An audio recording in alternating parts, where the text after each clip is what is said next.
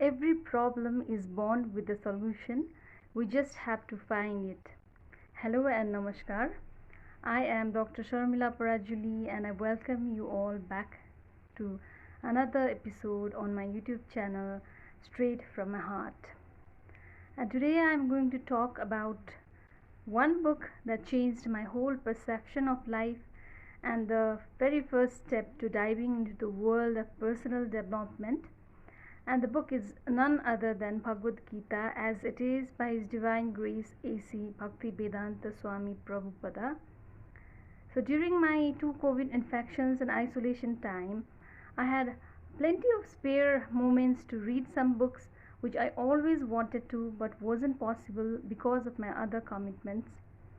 A very close friend had given me this book very early in the pandemic when I was feeling very sophisticated from life, very confused about time and people, and I clearly remember him telling that I should not lose hope and feel low because someone is always there to help us. And I marked his words till now in my life. That day there was some kind of positivity in me.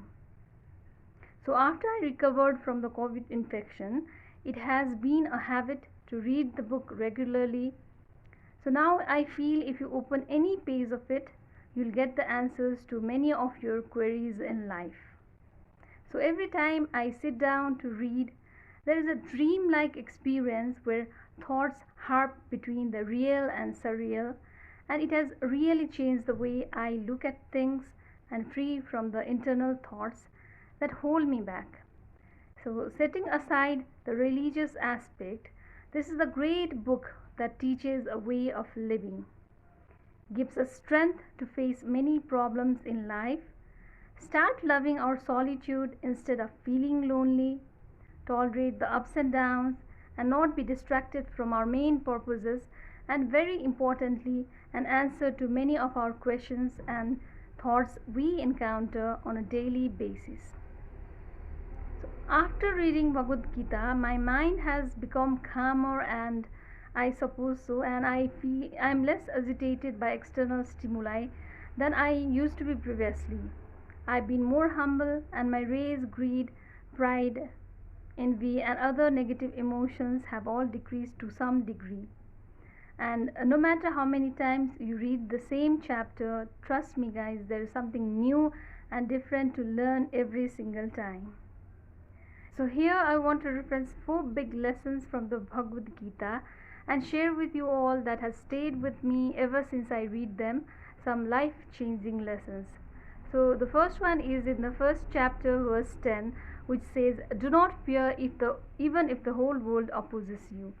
So it is during the Kurukshetra, Prince Duryodhan tells Acharya Drona, "The strength of our army is unlimited and we are safely marshalled by Bhisma, while the strength of the Pandav army, carefully marshalled by Bhim, is limited.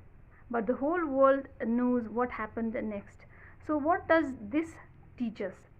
It teaches us that we should not fear even if the whole world opposes you.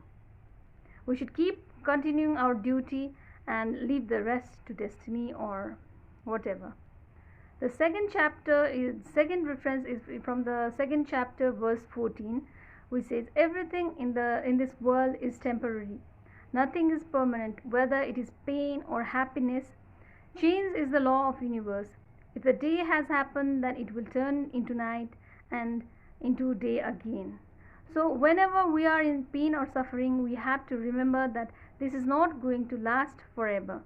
Similarly, when we are happy, we need to remind ourselves that it is not going to last forever too. Thus, both the perceptions of happiness and distress experienced through the senses are transitory, and we should practice to tolerate both the feelings of happiness and distress without being disturbed by them. The third reference is from the same chapter 2, verse 47, which says, "Do your karma, leave the fruits of your act on him."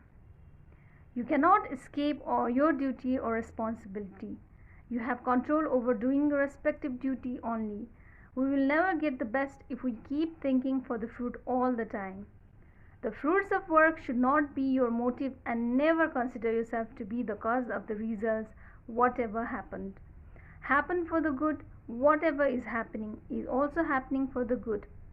Whatever will happen will also happen for the good.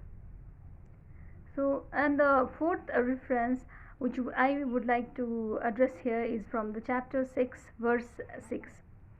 It says, like, for those who have conquered the mind, it is their friend, and for those who have failed to do so, the mind works like an enemy. So in this chapter, Ayodhya in the Ayodhya Kanda in Ramayana, Manthara, Kaikeyi's maid, brings the news that Dashrath is going to crown his son Ram as the king of Ayodhya. She poisoned Kaikeyi's mind. Kaikeyi asks Dashrath to crown Bharat, her son, as the king and send Ram on exile for 14 long years. Dashrath dies in grief. Bharat, her own son, didn't accept the crown. Later she said that I made a big mistake by listening to Manthara that day. So if you notice carefully, both Kaikeyi and Manthara are within us. Kaikeyi is the positivism, royal and malleable as gold, while Manthara is the negativism, ugly, wicked, venomous and greedy. So if we let the latter pollute the former and take over us, we let it eat the former completely and make it control us. We need to be alternative and long-sighted to keep the venomous thoughts at bay. Otherwise, they will tempt you, convince you, and crumple our life. So to conclude my video here, I want to emphasize that Bhagavad Gita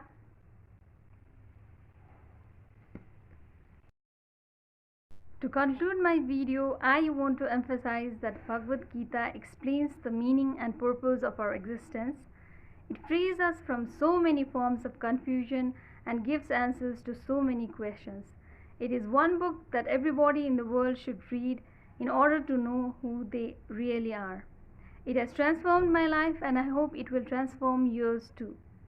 Even if we can't apply everything in reality, we are reminded time and again as we continue practicing. So thank you guys for watching this video. Please let us know what all books you would like to suggest the rest of us to read and learn from them. So if you liked the video, please consider subscribing and sharing it with your friends and families. So until I meet you guys again, stay happy, stay motivated, and never stop learning, because life never stops teaching. Bye for now.